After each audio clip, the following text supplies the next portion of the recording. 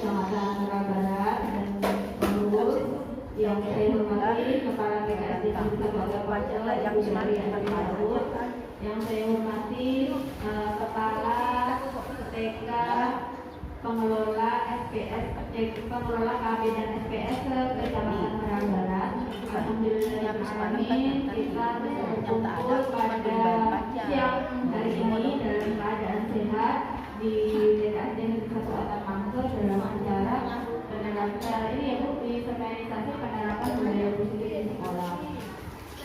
Salam marilah kita aturkan kepada diri Nabi besar Muhammad Sallallahu Alaihi Wasallam dengan Allah Subhanahu wa Taala. Baik, tidak memperpanjang waktu agar kita lekas lang yang bisa. Ini saya dapat materi Bu. Materi ini eksklusif. Eksklusifnya kenapa? Karena materi ini itu hanya bisa untuk guru penggerak. Nah, saya di sini diminta untuk berbagi kepada teman-teman. Sebetulnya ini hanya dibagikan untuk sekolah TKSD Negeri 1 Kota Mangker. Namun saya tidak mau membagikannya untuk sekolah saya saja. Jadi saya bagikan ini untuk materi komunitas kita di PKB pada pada. Nah, jadi materi kali ini itu materi tentang kita sebagai guru dan juga penerapan budaya positif yang akan kita ciptakan sebagai guru, gitu ya. Sederhananya seperti itu. Nah, penerapan budaya positif di sekolah ini dimulai dari guru itu sendiri. Nah, bagaimana guru itu menciptakan lingkungan yang positif sehingga menciptakan budaya positif di sekolah. Ya. Jadi Ibu,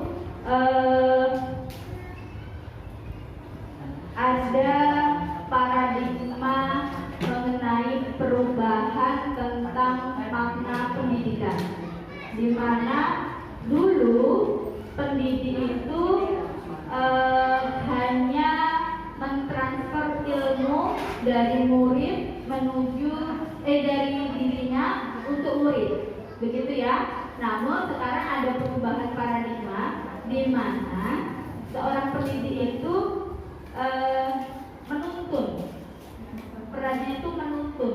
Kalau ibu ibaratkan sebagai menuntun itu seperti pernah ini nggak lihat orang Jawa itu kalau dibilangnya neta, menuntun anak yang baru belajar, menati. Nah, itu menati itu kira-kira orang tuanya di depan apa di belakang? Belakang. Nah, begitu.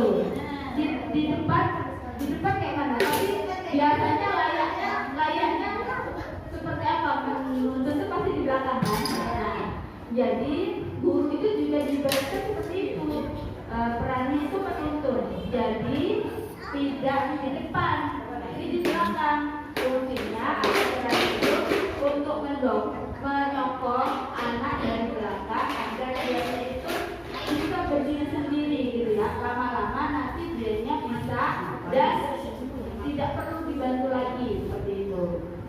Nah, kalau misalnya guru itu ibaratnya petani, sekolah itu ibaratnya sawah, murid itu ibaratnya tanaman. Jadi guru itu kan perannya untuk merawat tanaman biar dia tetap bagus, terus menyediakan tempat agar tanaman itu bisa tumbuh dengan baik kan. Nah, itu salah satu peran kita sebagai guru. Selanjutnya, nah ini ya, guru diibaratkan sebagai seorang petani yang memiliki peran penting untuk menjadikan tanamannya tumbuh subur, dan sekolah diibaratkan tempat untuk bercocok tanam. Dari sini kira-kira paham ya, mulai paham ya perannya guru itu apa? Nah, ini bukan hanya guru penggerak, nilai guru, seorang guru, dan juga kita paham mengenai peran kita sebagai guru. Jadi nilai guru itu ada 5. Yang pertama itu dia itu berpihak pada murid. Di sini berpihak pada murid artinya guru itu harus menciptakan pembelajaran yang dianya lebih berpusat kepada murid. Jadi sebagai fasilitator, bukan lagi sebagai apa bu? Fasilitator kan biasanya kan kita semuanya kita fokusnya ke kita gitu ya. Tapi hanya memfasilitasi anak-anak dalam pembelajaran saja. Kita hanya memfasilitasi, memancingnya dengan pertanyaan-pertanyaan yang memantik agar dianya bisa bernalar kritis, bisa mandiri dan sebagainya.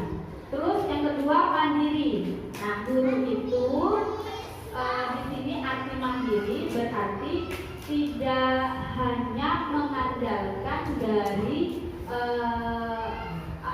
dana dari dinas ataupun kesempatan yang diberikan oleh dinas ataupun yang ada di komunitas untuk mencari ilmu, namun dia memiliki kesadaran pribadi untuk mengembangkan dirinya. Kalau sekarang sudah banyak platform yang bisa diakses seperti PMN, terus PKB, di situ kan banyak pelatihan kan. Nah, jadi guru itu secara sadar mau untuk mengembangkan dirinya tanpa adanya paksaan dari pihak manapun, seperti itu. Terus reflektif, bahwa seorang guru itu juga harus merefleksikan pembelajarannya, terus sikapnya dan sebagainya. Jadi harus sering berkaca ya dengan pengalaman yang dialaminya sebelumnya. Apakah yang pengalaman sebelumnya dalam pembelajaran itu sudah bagus atau belum? Kalau belum, berarti dievaluasi lagi agar lebih bagus lagi, seperti itu. Terus kolaboratif, di sini guru diminta untuk mampu bekerja sama dengan teman sejawat, dengan kepala sekolah, dengan teman-teman lain di komunitas, seperti itu. Jadi jangan ada permusuhan di antara kita di sekolah, begitu ya. Karena saya pernah menemukan itu kalau di SD itu kan dia di sekolah mungkin yang lain lah ya, itu dianya berkelompok-kelompok karena banyak kan, jadi tidak ada lagi pengkotaan seperti itu. Kita harus tetap berbaur dan bekerja sama dengan siapapun gitu, untuk meningkatkan mutu pembelajaran dan mutu sekolah kita. Terus inovatif, di sini guru diminta untuk memiliki ide-ide atau gagasan yang baru untuk perubahan untuk dirinya, untuk pembelajaran yang disajikan, dan juga untuk sekolahnya ke arah yang lebih baik. Nah, peran guru itu ada satu, menjadi pemimpin pembelajaran. Nah, menjadi pemimpin pembelajaran ini kita bisa memaknainya dari ini yang Among yang punya Jaja Dewantoro. Ingat tak? Itunya yang ini Ingarso tujuan dayani, Ingarso Suntulodo, Ingmadya Manguntarso Tuturi Handayani. Nah, Ingarso Suntolodo, artinya berarti kita sebagai teladan. Terus Ingmadya Manguntarso, berarti kita harus memiliki pelayanan ya yang baik. Terus Tuturi Handayani, berarti kita itu harus menyokong gitu, sebagai penyokong. Nah, jadi tanggung jawab seorang guru itu menciptakan lingkungan yang positif yang terdiri dari warga sekolah yang saling mendukung,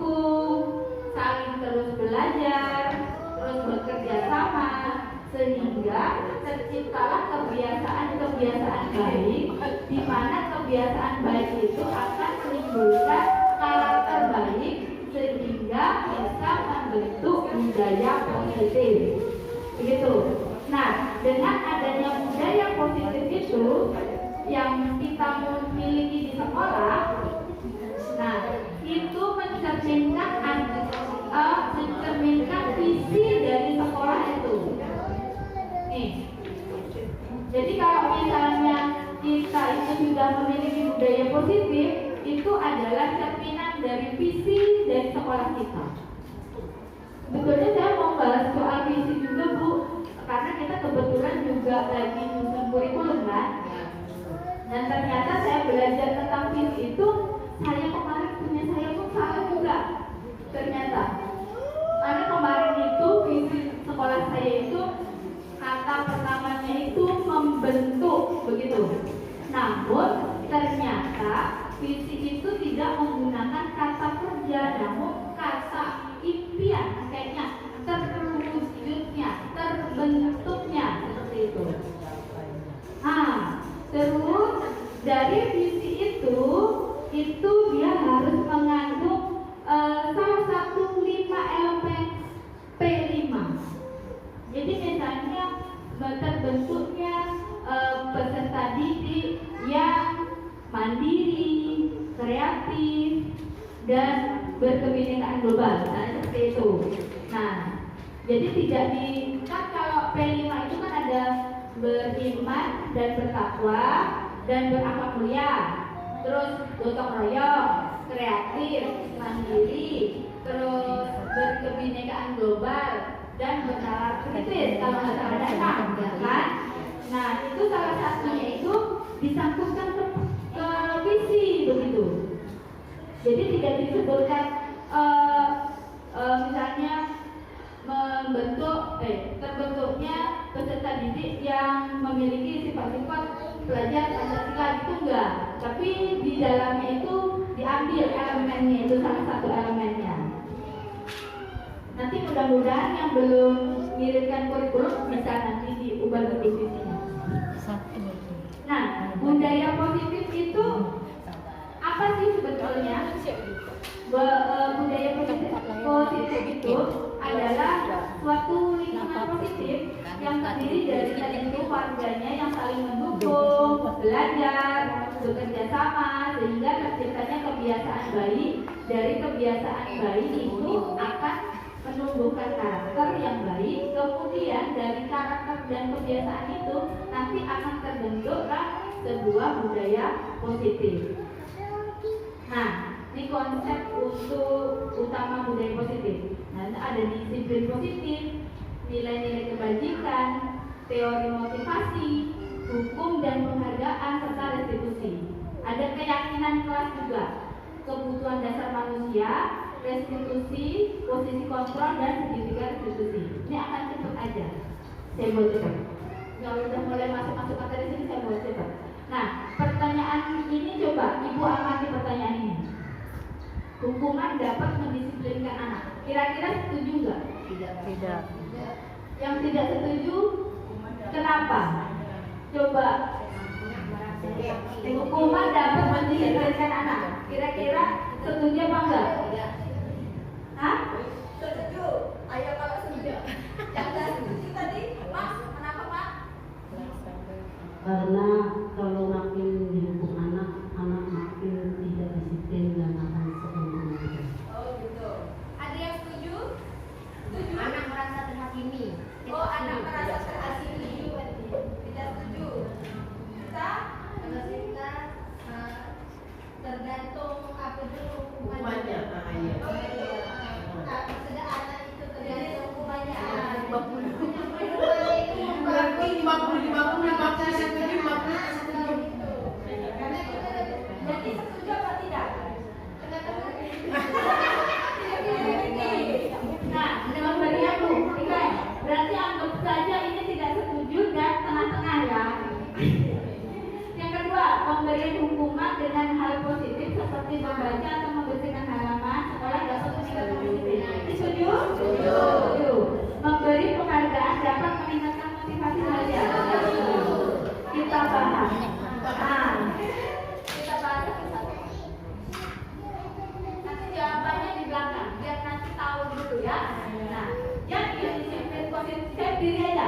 Disiplin positif itu memiliki motivasi asalnya dari dalam diri, intrinsik gitu ya.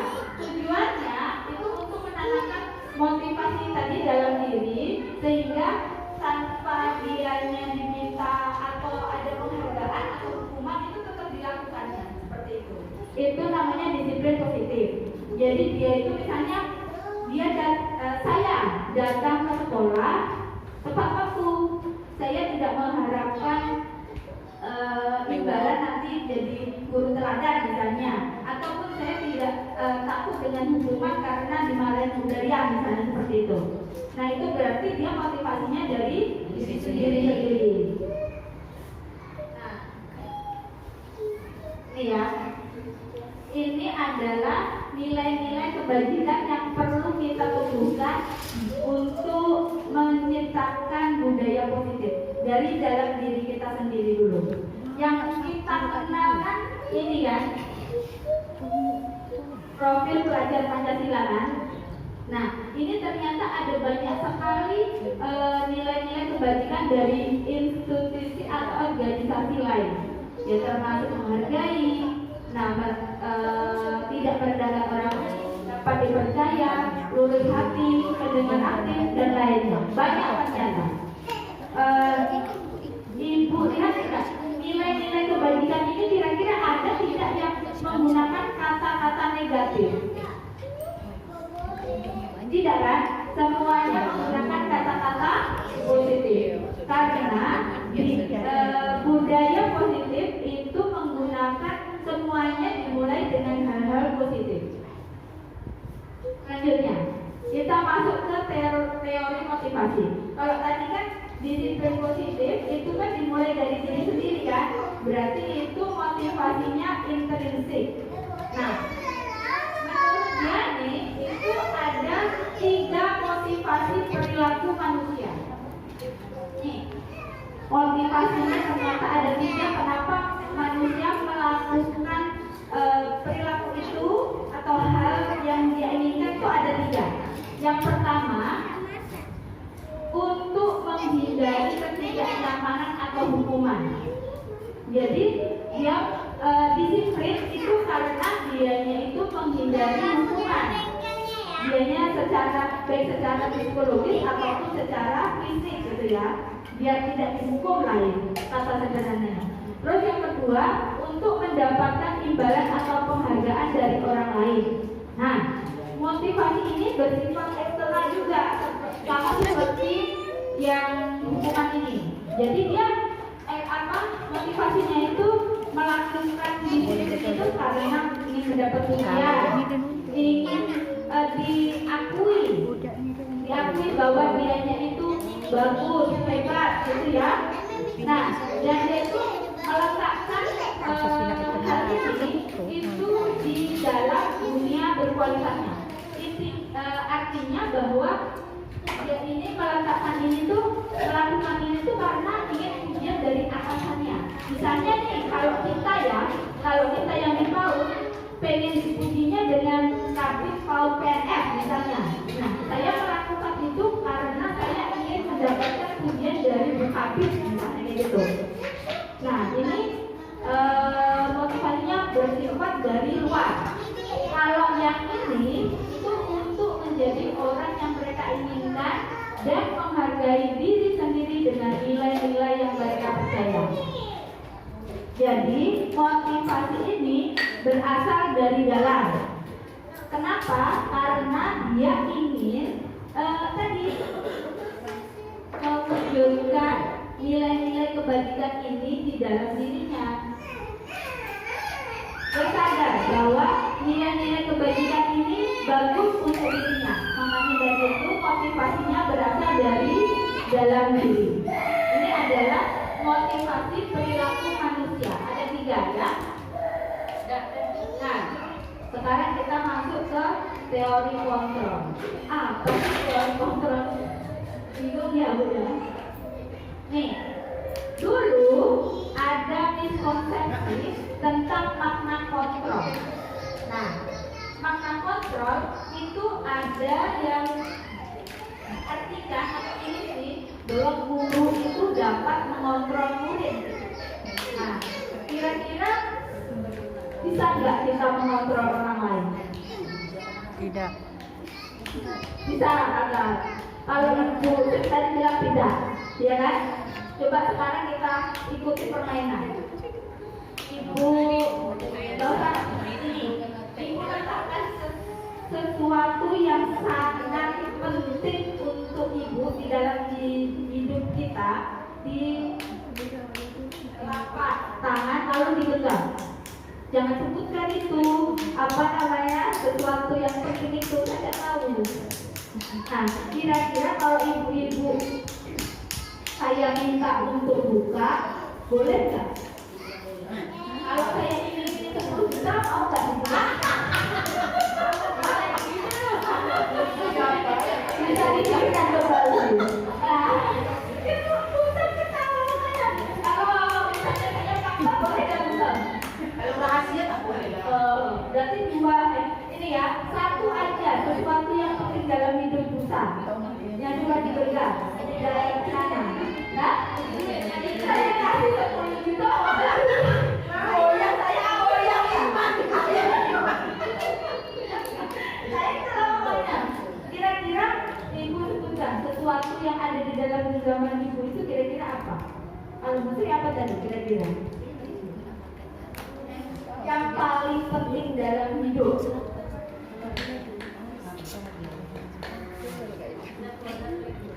Iya, pesan penting dalam genggaman itu kira-kira Musri apa? Prinsip. Prinsip. Berarti kan tadi kata Musri nggak boleh diambil ya. Kalau cinta tadi boleh diambil. Apa sih sebenarnya dalam genggaman kita? Semua boleh diambil. Padahal itu penting untuk hidupnya kita. Oh, pengetahuan boleh diambil. Usah, yang boleh mempertimbangkan. Usah. Kira-kira apa yang ada di dalam tangan Usah? Suami, anak. Boleh nggak? Tidak lah. Usah? Apa Usah? Usah apa Usah? Berarti tergantung apa yang kita pegang. Iya, makanya. Jadi kan Kalau berupa benda mungkin bisa kita tunjukkan dengan orang, tapi kalau macam prinsip itu tak bisa lah. jadi Usah kira-kira itu kontrolnya ke Indah atau ke Usah? Kita lagi. Nah, jadi kita bisa nggak? Saya bisa nggak kontrol ke Usah? Tidak. Tidak. Jadi kita tuh beranggapan bahwa kita itu bisa mengontrol murid, padahal sebetulnya kita itu tidak bisa mengontrol murid. Mengarahkan. Betul. Jadi kalau misalnya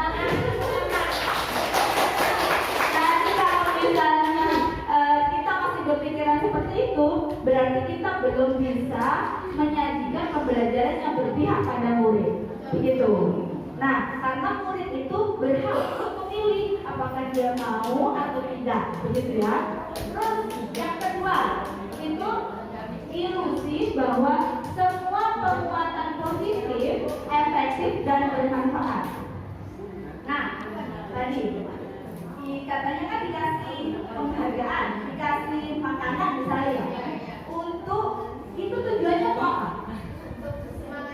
Motivasi. Mau ikut Nah, berarti itu termasuk mengontrol tidak? Buat saya itu mengontrol. Jadi memberikan sesuatu itu anak, termasuk makanan dan hadiah, itu ternyata adalah trik-trik kita untuk mengontrol anak. Nanti boleh, tapi tidak boleh, tidak. Berarti kalau ini dianya miskonsepsi, kira-kira itu bagus tidak dilakukan? Bagus tidak? Itu kan tadi berkata lagi bahwa kita itu harus berpihak kepada anak. Kira-kira kalau kita ngotor murid, kira-kira itu boleh dilakukan tidak? Tidak. Berarti tidak boleh dilakukan. Iya.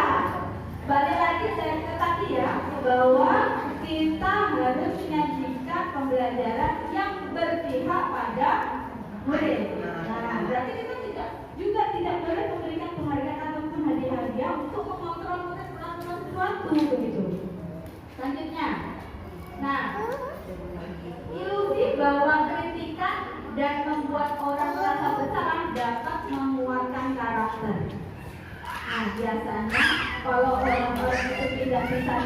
atau kita mengkritik orang itu, dianya merasa dan manut, akhirnya dia ngikut.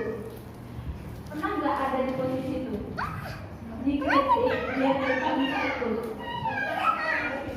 Nah, jadi nah, ya kan ada sesuatu yang mengganjal kan?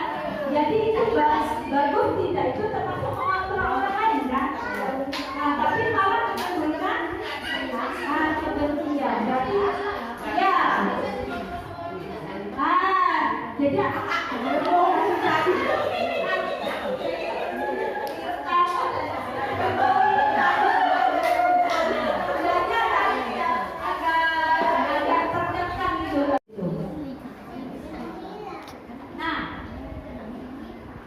saya kasih contoh konsep disiplin dengan identitas sukses. Ternyata konsekuensi itu salah satu disiplin dengan identitas sukses dan restitusi. Kira-kira ada yang tahu restitusi itu apa? Restitusi atau baru mendengar? Baru kan? Baru. Kalau konsekuensi sudah pernah mendengar? Sudah kan? Konsekuensi itu penguatan jangka pendek, perlu monitoring berkelanjutan, termasuk stimulus respon, murid menghormati peraturan, hilang waktu untuk merenungi kesalahan. Kalau restitusi, murid bertanggung jawab terhadap perilakunya, fokus pada pemecahan masalah jangka panjang, murid menghormati dirinya dan orang lain, murid memegang kontrol dirinya, murid bersemangat untuk memperbaiki kesalahan. Arti restitusi itu proses di mana menciptakan kondisi bagi murid untuk memperbaiki kesalahannya sehingga dia itu tidak ada dendam, tidak ada rasa benci, dan dia bisa kembali seperti semula dengan kawan-kawannya ketika dia melakukan kesalahan. Jadi bukan paksaan ya, tapi memperbaiki hubungan. Nah, contoh yang ini, ibu-ibu kalau naik motor pakai helm apa enggak? Pakai, kenapa pakai helm? Keselamatan. Untuk keselamatan, berarti ada nilai kebaikannya keselamatan. Ada lagi? Panas. Berarti itu termasuk melindungi ya, keselamatan. Ada lagi? Takut ditilang. Ini termasuknya biarnya kekhawatiran kan? Kekhawatiran.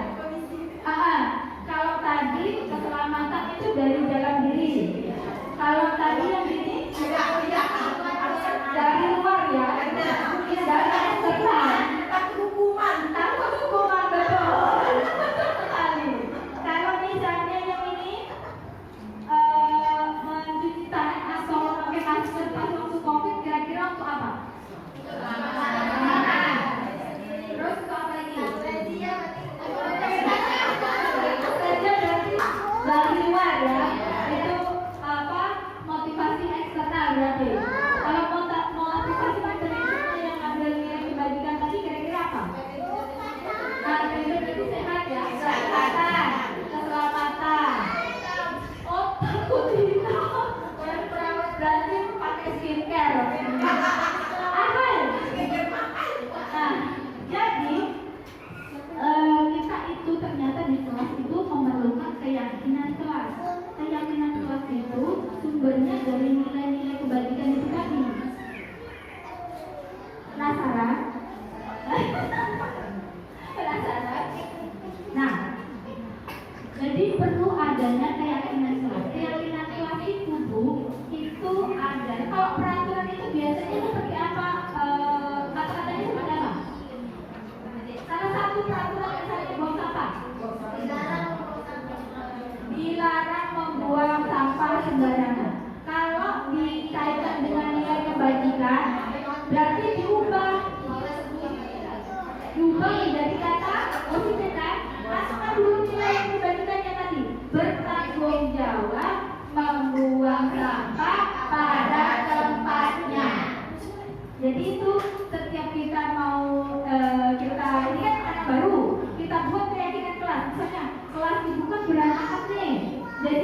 apa kira-kira keyakinan kelas kita? Pertama, kalau misalnya dia berantakan diapain gitu kan, pancingnya kan dikemas, berarti bertanggung jawab mengemas mainan. Setelah bermain. Ya, itu bisa ditempel di dinding. Jangan banyak-banyak yang bisa diingat anak. Misalnya pas waktu kita cuci tangan, keyakinan kelas yang mau kita buat apa kira-kira?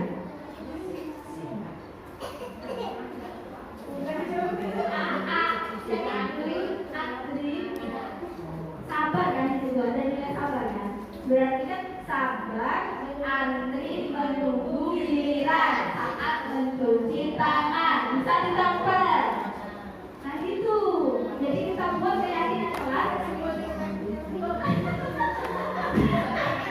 Nanti di foto ya yang tadi nilai kebajikannya itu bisa dipakai untuk membuat keyakinan kelas di sekolah, di kelasnya juga. Jadi tidak lagi kita menerapkan hal-hal yang negatif atau peraturan, karena kalau peraturan dengan yang negatif, anak-anak apalagi anak usia dini itu cenderung melakukannya malahan. Tidak, jangan, tapi malah jangan perasaan dilakukan kan. Nah jadi kita ubah dengan hal-hal positif, kita masukkan dengan nilai-nilai kebajikan tadi. Nah ini ya prosedurnya. Pertama, kita circle dulu di dalam kelas, terus ambil beberapa yang tadi kayak tadi, misalnya yang tanggung jawab di dalam kelas misalnya.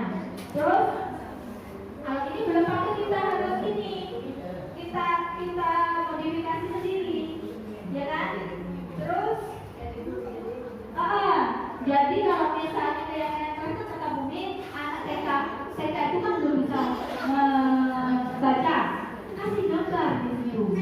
Gambar misalnya merapikan, anak yang merapikan mainannya, tapi di situ tetap ditulis bertanggung jawab merapikan mainan setelah bermain. Nah, kayak gitu. Jadi bisa ditempel di sudut-sudut tempat main, gitu. Nanti kalau anak tengok gambar kan dia kan biasanya kan daripada dia membaca kan dia tengok gambar sudah terbiasa. Begitu, apalagi anak baru gitu. Terus, nah ini kan keyakinan kelas itu bisa diletakkan di dinding kelas yang mudah dilihat semua warga.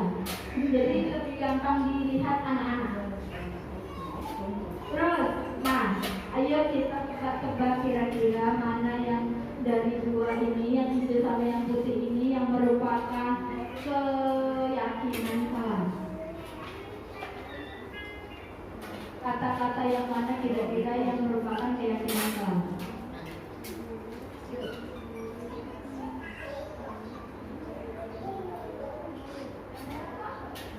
Yang mana yang ini? Yang ini atau yang ini? Yang hijau atau yang putih? Kira-kira keyakinan kelasnya?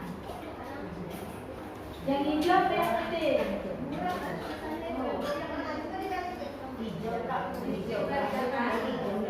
Tunggu ya, jangan salah menebak. Di dalam keyakinan kelas itu ada nilai-nilai kebajikannya. Yang hijau, kesepakatan kelasnya, datang tepat waktu, mengucap salam, menjaga kebersihan sekolah, berdoa sebelum dan sesudah kegiatan, aktif dalam pembelajaran.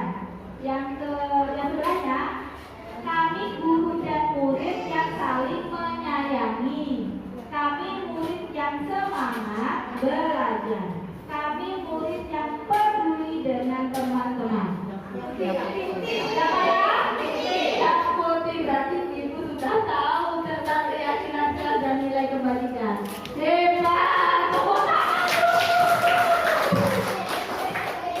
Nah, jadi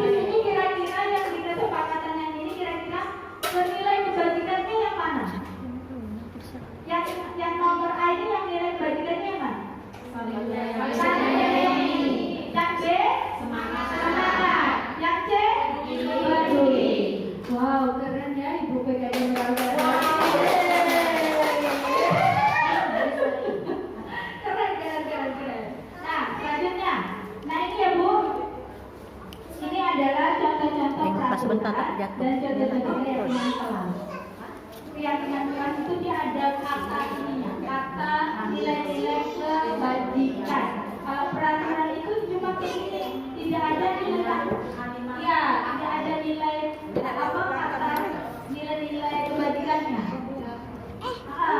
Kalau misalnya ini selalu kembalikan buku ke tempatnya, kalau dijadikan keyakinan kelas dengan nilai tanggung jawab, kira-kira kata-katanya seperti apa? Iya, betul sekali. Bertanggung jawab mengembalikan buku ke tempatnya. Nah, sudah paham berarti? Sedikit. Coba yang ini. Dilarang mengganggu orang lain. Kata-katanya biar dianya bisa masuk keyakinan kelasnya menghormati orang lain. Kira-kira gimana? Ayo. Kami, ya boleh. Kami di kelas saling menghormati dan menyayangi, misalnya kayak gitu. Nah itu udah termasuk kata-kata keyakinan kelas. Nah ini bisa diterapkan nanti kalau misalnya anak-anak dianya memukul, ingat tidak keyakinan kelas kita?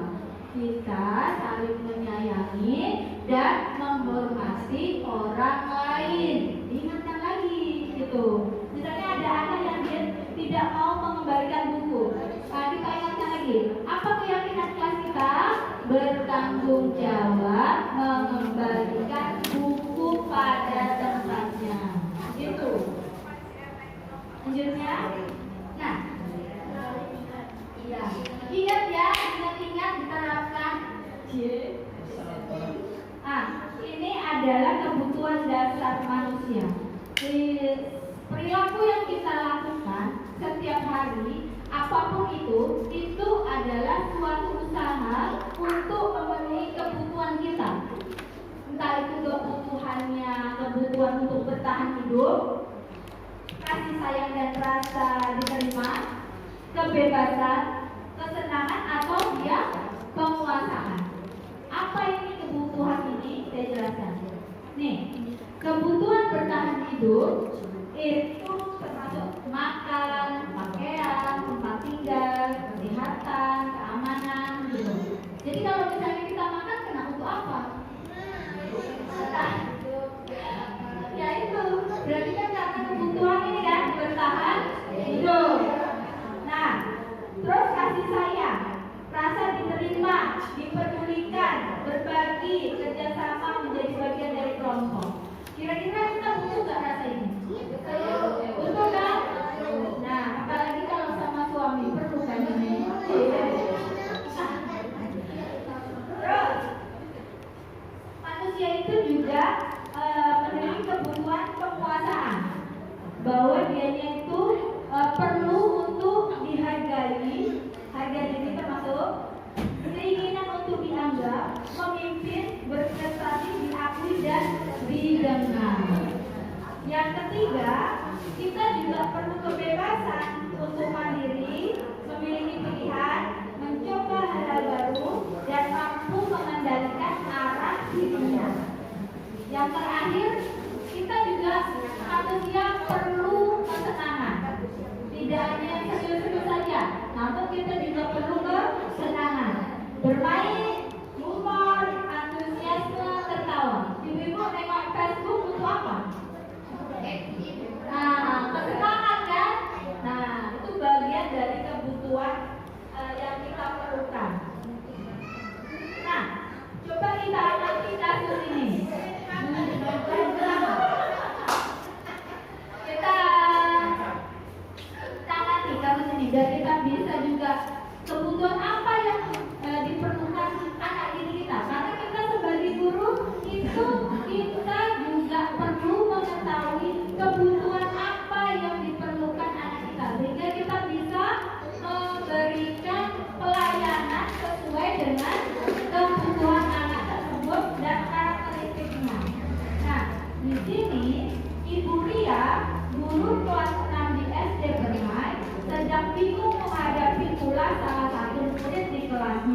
bernama Agus. Beberapa anak telah datang dan mengeluh.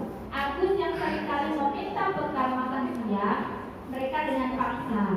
Jika Anda menghadapi situasi seperti Bu Ria, apa yang akan Anda lakukan? Menurut Anda kira-kira apa alasan Agus melakukan hal itu? Kira-kira apa yang mau dilakukan? Apa tuh?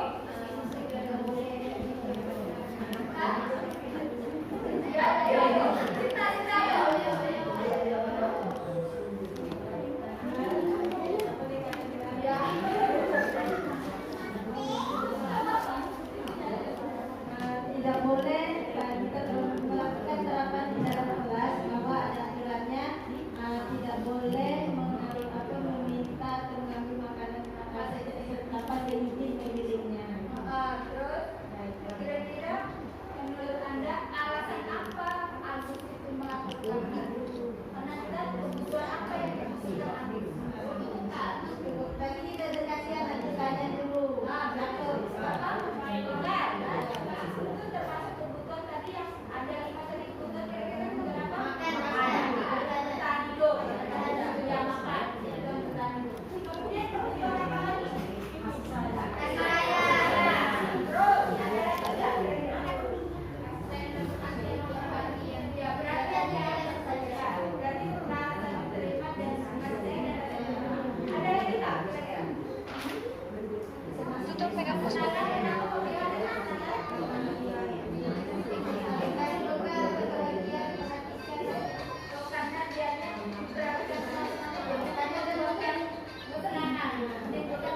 Ada lagi? Kebutuhan apa lagi? Kebutuhan ini kebutuhan apa? Kira-kira tadi ada bertahan hidup. Kebutuhan apa yang kira-kira Agus butuhkan? Kasih sayang, bertahan hidup, kesenangan, apa lagi? Kebebasan,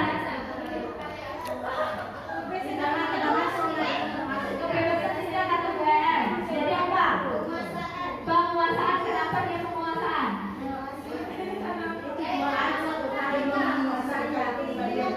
Oh, jangan dia merasa dirinya hebat gitu ya? Mau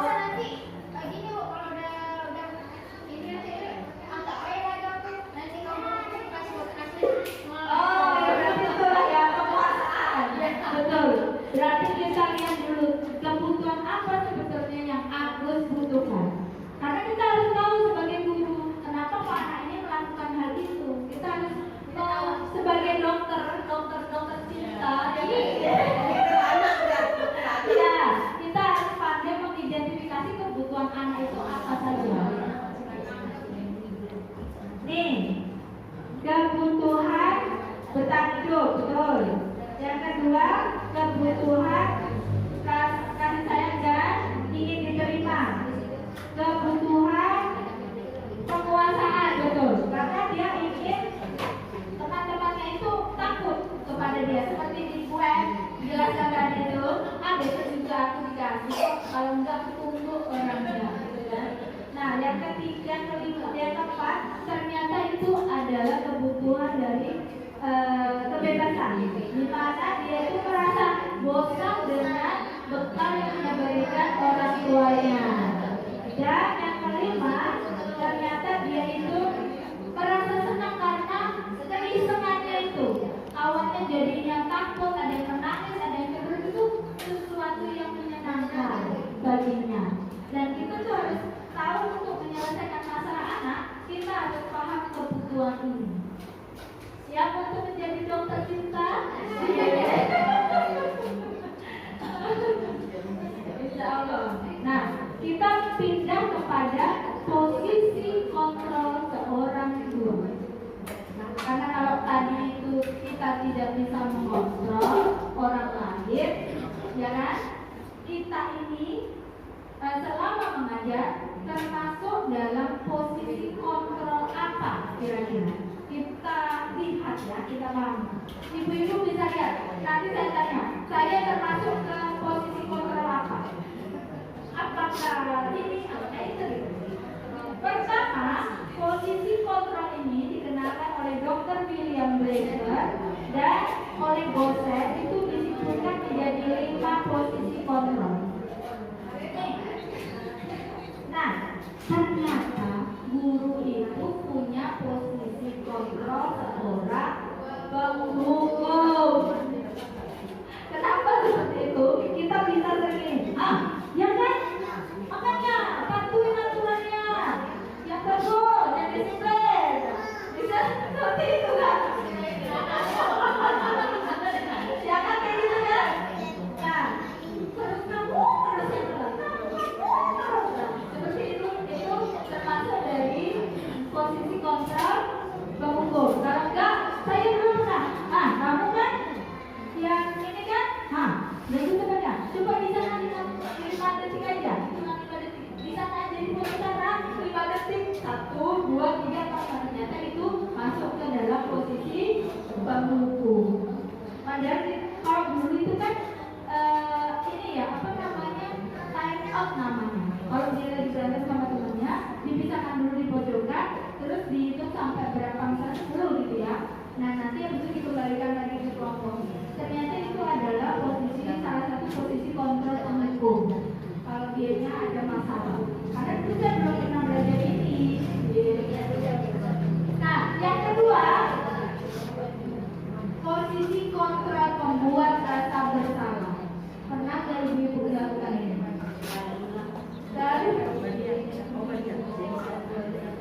ibu-ibu pernah nggak bilang, ayo nak, nasinya dimakan, nasinya nangis loh. Nah itu kan dia bilang kan dia merasa bersalah ya kalau nggak nasihin makanannya. Jadinya tetap dihabiskan, tapi dianya merasa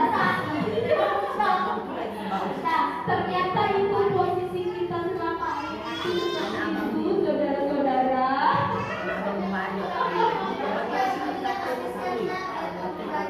Nah, ya, terus biasanya kayak gitu kan, kadang buku menggunakan kata yang pelan. Misalnya itu tadi. Itu sangat kecewa lah. Kalau misalnya ini aku dipukul-pukul gitu kan.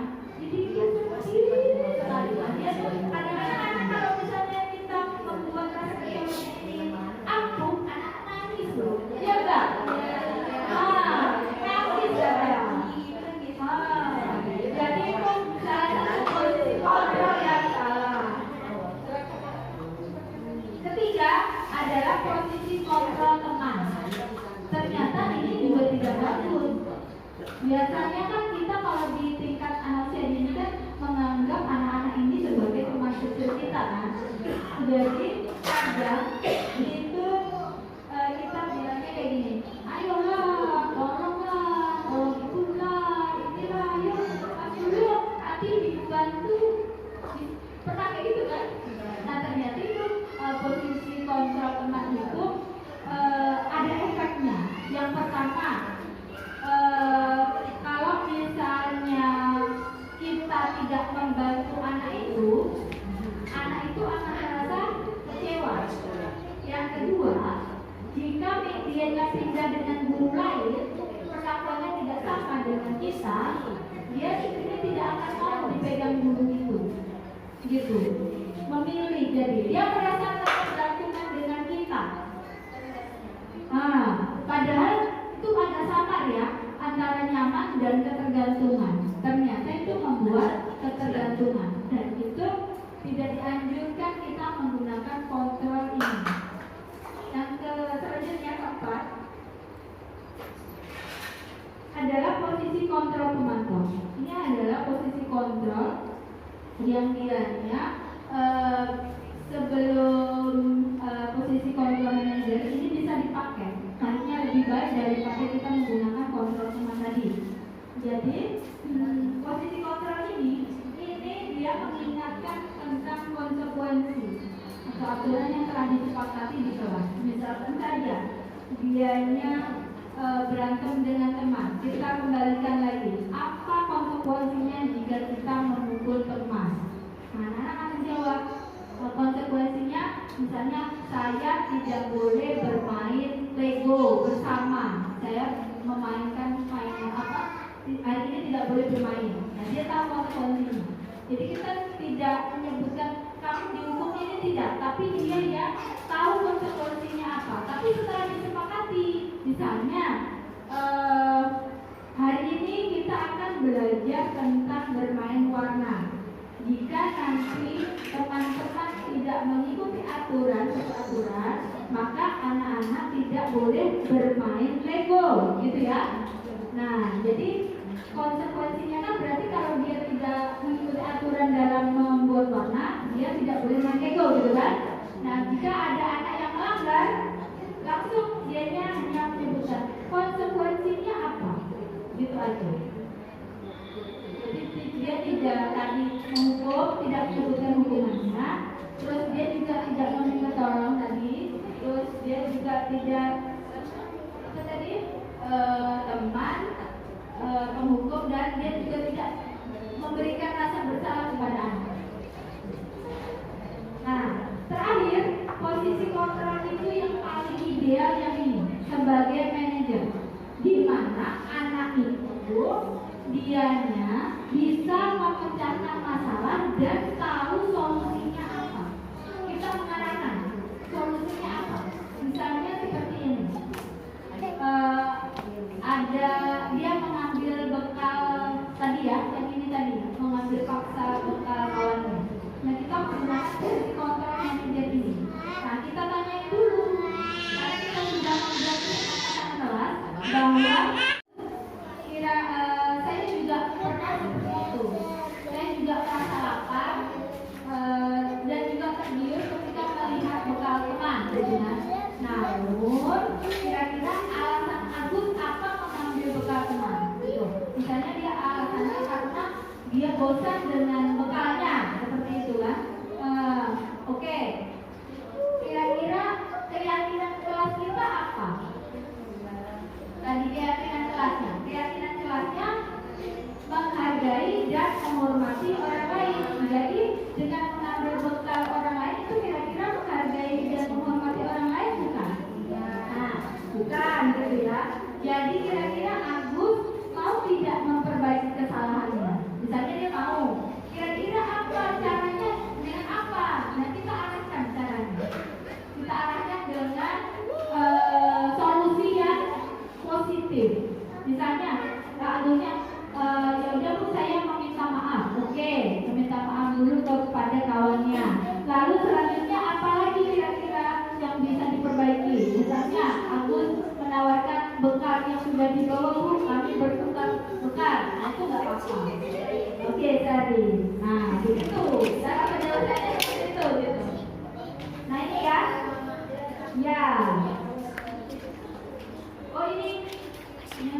Oh ini. Jadi penyelesaian masalah itu menggunakan segitiga diskusi. Tadi seperti saya katakan. Pertama, sampaikan identitas. Tadi ya, saya juga merasa kalau ibu itu juga merasa jika ibu bosan dengan bekal ibu juga pengen bekal kawan ibu, tapi ibu memintanya dengan baik misalnya. Terus kemudian validasi kesalahan. Jadi Agus merasa bersalah tidak? Kalau dia pun merasa bersalah, saya minta maaf. Kira-kira apa yang Agus yakini setelah apa dengan kesalahan yang Agus lakukan? Tadi keyakinannya menghargai dan menghormati orang lain. Nah itu ya. Jadi itu penyelesaiannya seperti itu. Nah, ini mensampaikan identitas itu dengan kata-kata seperti itu. Tidak ada manusia yang sempurna. Ibu juga pernah melakukannya. Tapi kalau misalnya mencuri ya jangan ingat ibu bilang, ibu juga pernah melakukan. Nah, itulah tidak ada manusia yang sempurna. Betul ya. Ibu pernah melakukan itu, jangan seperti itu ya Bu ya.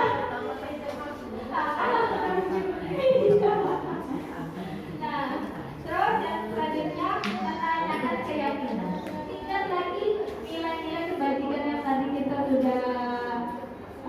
ketahui, yang sudah kita buat menjadi kesepakatan kelas, kita tanyakan kembali ketika anak melakukan kesalahan. Begitu. Jadi kira-kira nilai apa yang telah kita sepakati, keyakinan kelas apa, keyakinan kelas kita apa saja, begitu. Disambungkan dengan permasalahan yang telah terjadi.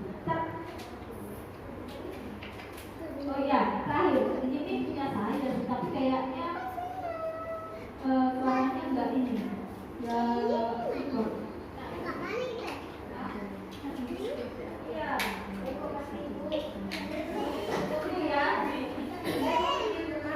Iya, saya ini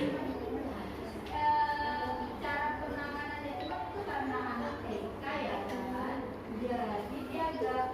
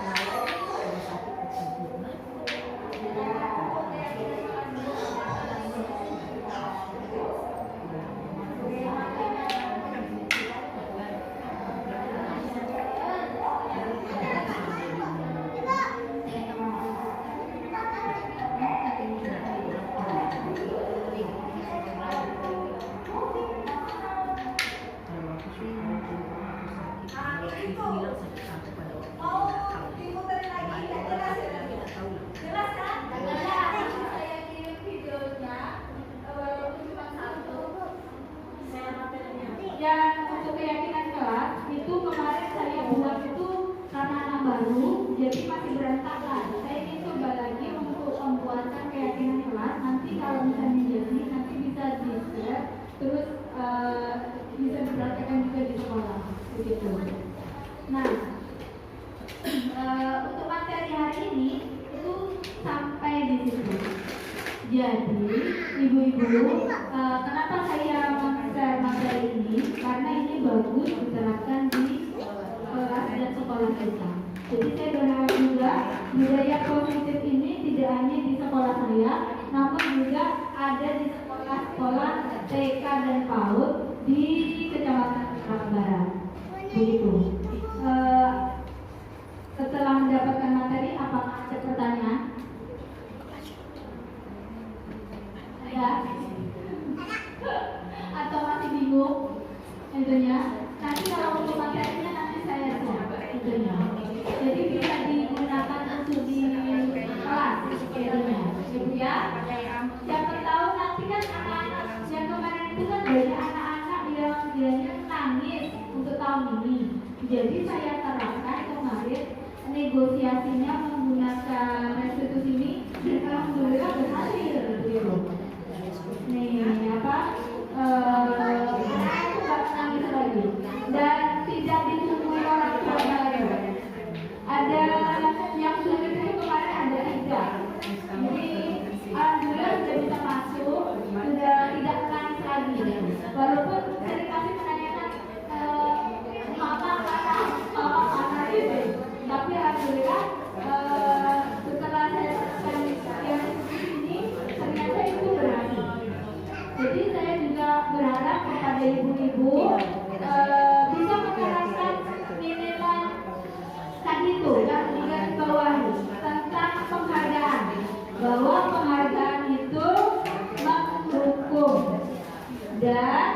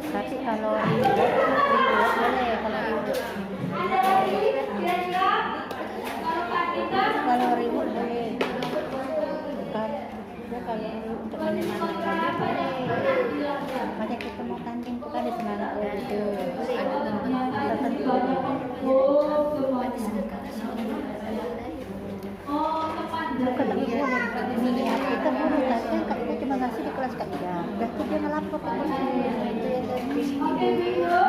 Alhamdulillah. Materi kita, ada yang positif sudah selesai. Mudah-mudahan materi bisa ada dan kita sama-sama menjalankan budaya politik yang ada di sekolah. Karena tidak ada pertanyaan, ya. Selanjutnya saya serahkan pembahasannya ini tentang PKD kepada Bu Nita sebagai wakil ketua.